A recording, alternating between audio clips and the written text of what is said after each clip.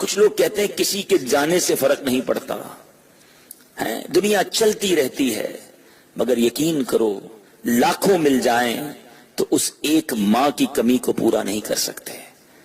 ماں وہ عظیم ہستی ہے جس کا حق ادا کرنا تو دور کی بات ہے، اس کے بارے میں سوچا بھی نہیں جا سکتا۔ ایک بار ایک صحابی رسول نے بارگاہ رسالت صلی اللہ تعالی علیہ وسلم میں عرض کی کہ ایک راہ میں ایسے گرم پتھر تھے کہ اگر گوشت کا ٹکڑا ان پر ڈالا جاتا تو کباب بن جاتا۔ میں اپنی ماں کو گردن پر سوار کر کے 6 میل، تقریباً یہ 9.5 کلومیٹر بنتا ہے، ایگزیکٹلی 9.65 کلومیٹر بنتا ہے۔ وہ کہتے ہیں میں 6 میل ایسے گرم راستے پر، اتنے مشکل راستے پر اپنی ماں کو کاندھے پر بٹھا کر لے گیا ہوں۔ کیا میں نے اپنی ماں کا حق ادا کر دیا؟ اپنی ماں کے حقوق سے فارغ ہو گیا ہوں؟ اے وہ لوگوں جو ماں باپ سے کہتے ہو اب اور کیا دوں آپ کو، گھر تو دلا دیا نا، ماہانہ پیسے تو بھیج دیتا ہوں، ارے آپ کو کھانے بھی دے دیتا ہوں، جب چاہیے ہوتا ہے کپڑا بھی دے دیتا ہوں، اور میں آپ کے لیے کیا کروں؟ نبی پاک کا جواب سنیے گا۔ صحابی رسول کہتے ہیں حضور اتنا گرم راستہ تھا، گوشت کا ٹکڑا ڈالتے تو ٹکڑا کباب ہو جاتا۔ 6 میل تک ماں کو کاندھے پہ اٹھایا اور چلتا رہا۔ کیا حق ادا ہو گیا؟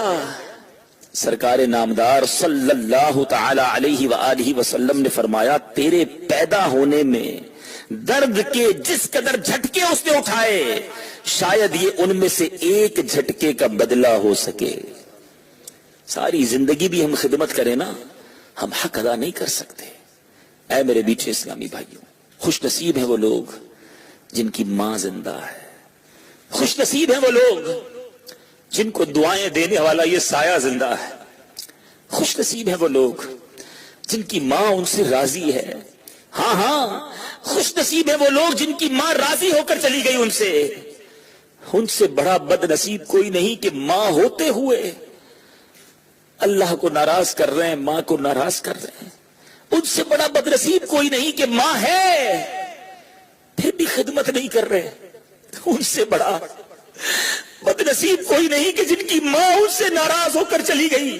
خدا کی قسم، میری بات سمجھنے کی کوشش کیجیے، کچھ باتیں الفاظ میں نہیں سمجھائی جا سکتی، ہر بات لکھ کر نہیں سمجھ آتی، کچھ باتیں فیل کرنی پڑتی ہیں۔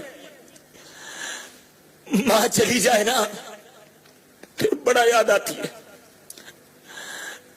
پھر چین نہیں آتا۔ کون ہے کہ جس کی گود میں جا کے بیٹا سر رکھے؟